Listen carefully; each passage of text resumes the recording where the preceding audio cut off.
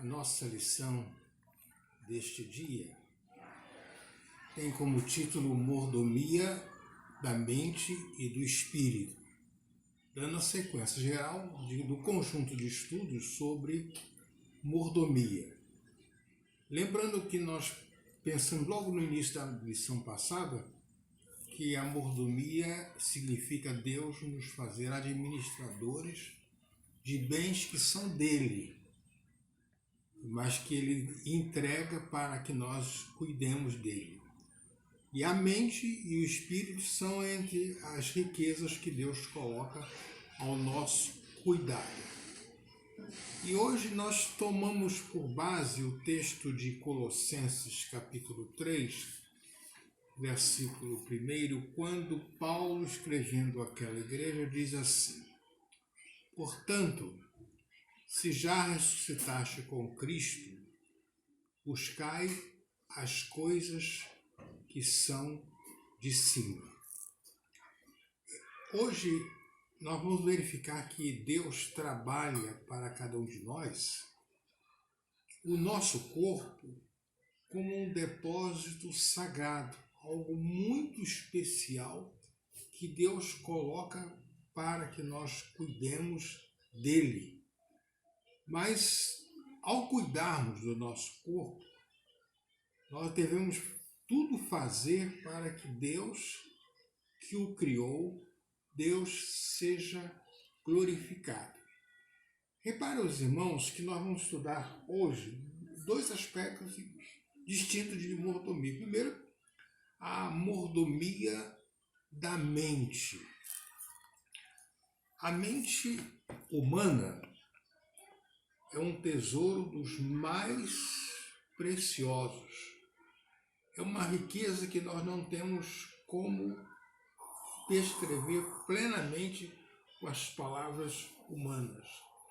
Mas nós percebemos que a mente humana, por ser um tesouro dos mais preciosos, significa que nós somos dotados de uma mente capaz das mais elevadas realizações. E nós não podemos nem classificar todas as realizações que são possíveis fazê-las no exercício da mente.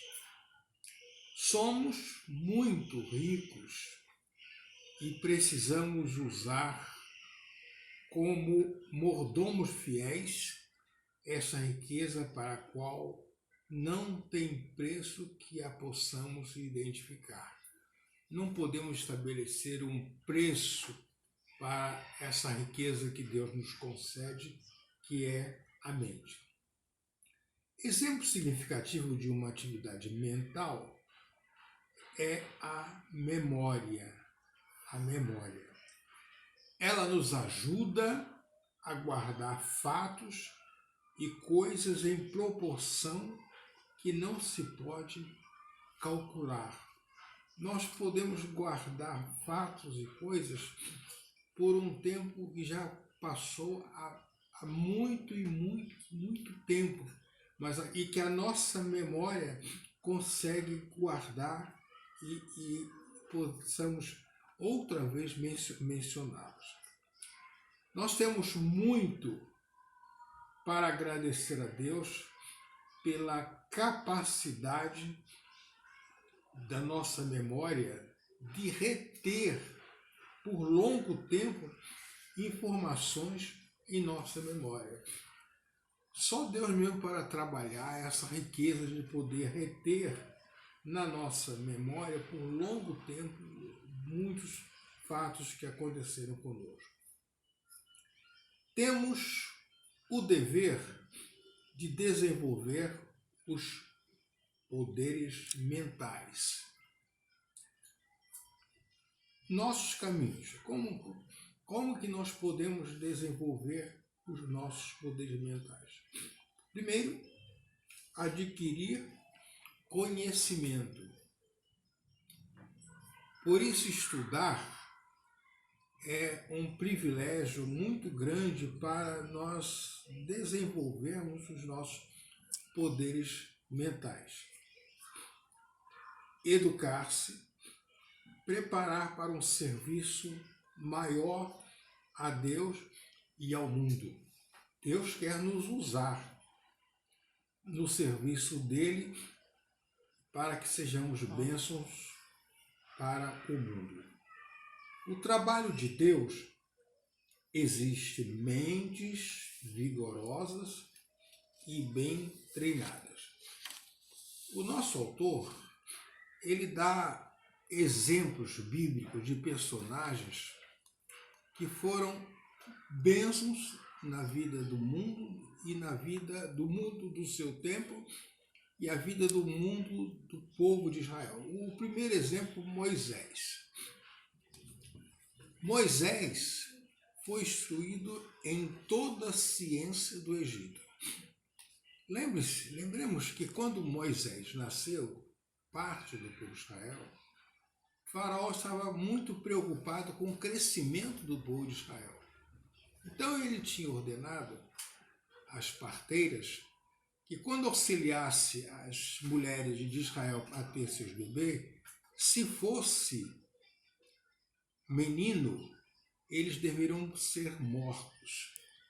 Mas Deus preparou aqueles que cuidaram de Moisés, aquelas parteiras.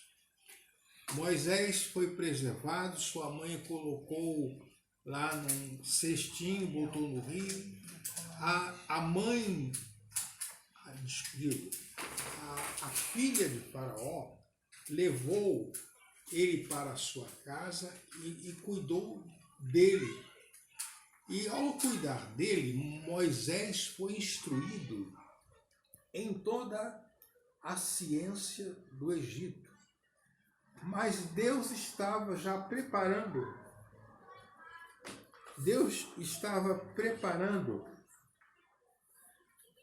Moisés para a grande tarefa que seria a libertação do povo de Israel. Deus o estava preparando.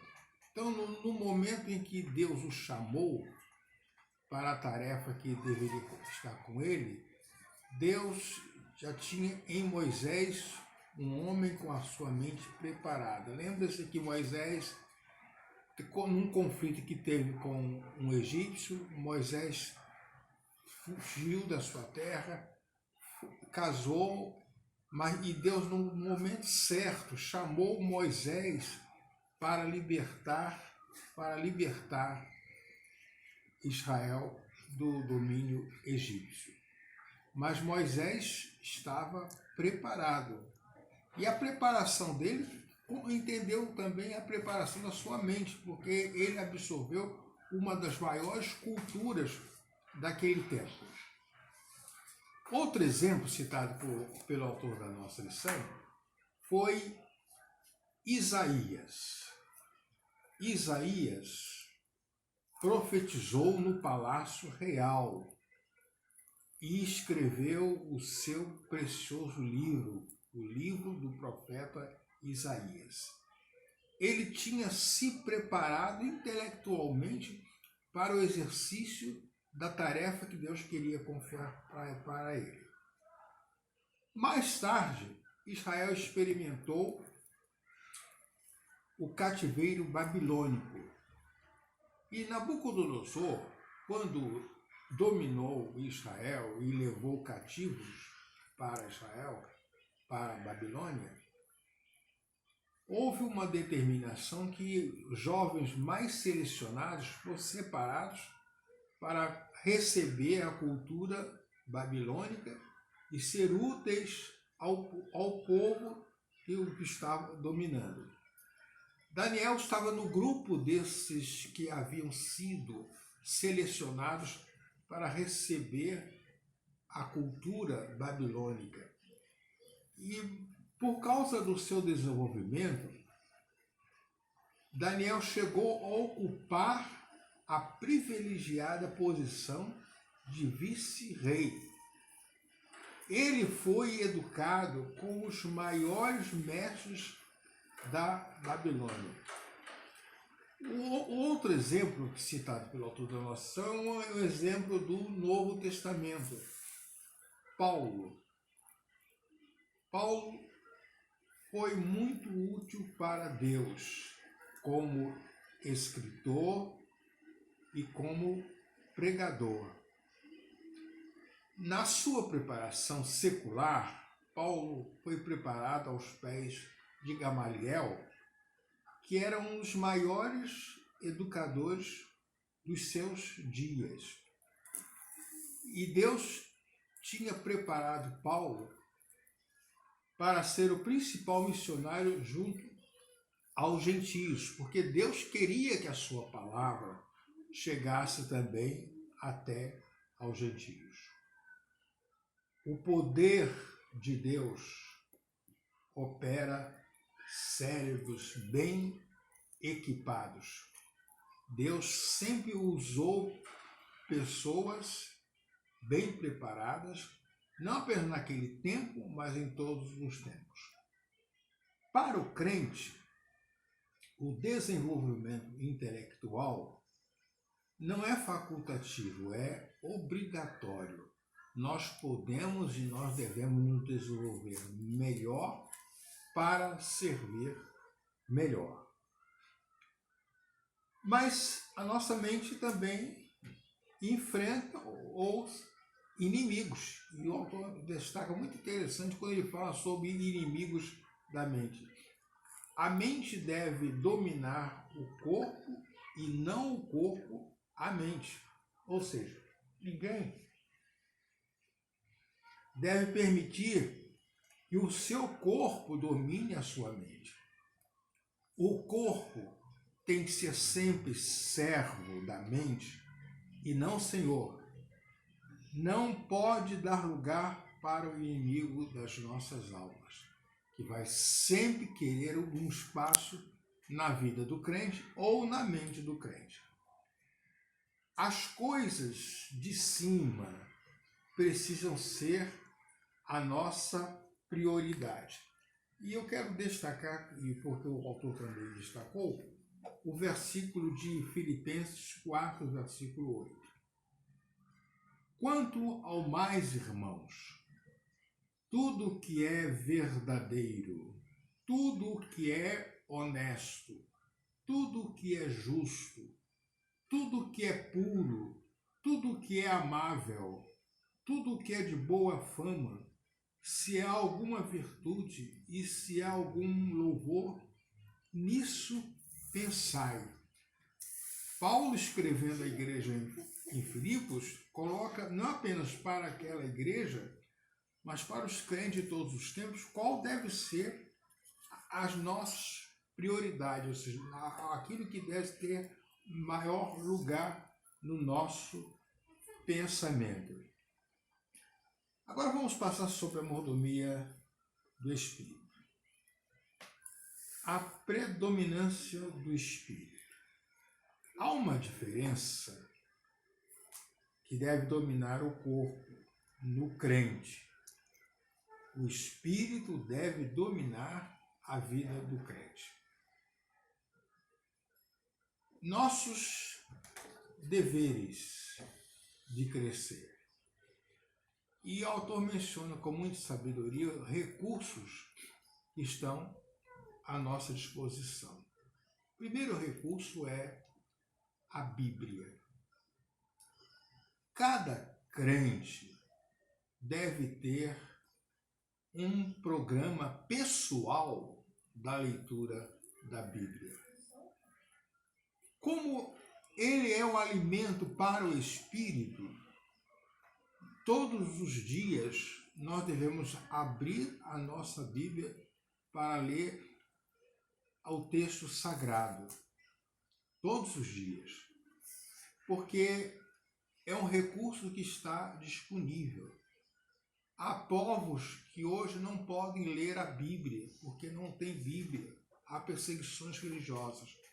Mas graças a Deus que nós somos um povo que tem a Bíblia disponível e nós temos que usar esse recurso para fortalecer a nossa mente.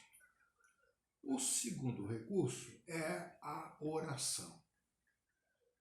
Deus nos concede o privilégio de falar com Ele, de conversar com Ele. Assim como todos os dias nós devemos ler a nossa Bíblia, também todos os dias nós devemos ter um momento pessoal, um momento particular para conversar com Deus através da oração. E o terceiro recurso é o serviço. Cada um de nós tem uma tarefa que nós podemos usar para servir a Deus. Não há ninguém que está apenas como espectador do reino de Deus. Todos nós temos um serviço que podemos fazer para Deus. Não há privilégio maior do que trabalhar para Deus. É um privilégio que Deus nos concede e não há um privilégio que possa ser situado melhor ou maior do que trabalhar com Deus. Há um hino do nosso cantor cristão que diz assim: no serviço do meu rei eu sou feliz. Eu devo me sentir feliz de poder servir a Deus. E servir a Deus não depende ou não importa a nossa formação intelectual. Nós podemos servir com aquilo que somos. E Deus nos coloca sempre prontos para poder servir. O nosso Deus está sempre pronto a disponibilizar recursos que enriqueçam o nosso espírito. Observe a feliz orientação de vacinas espirituais. O autor da nossa lição faz uma nomenclatura de A a Z, o que ele classificou de vacinas espirituais. Depois você pode consultar a sua literatura e perceber que Deus disponibiliza aquilo que o autor chama de vacinas espirituais. Não podemos descuidar de nossos deveres como mordomos. E hoje estamos destacando a nossa mente e o nosso espírito.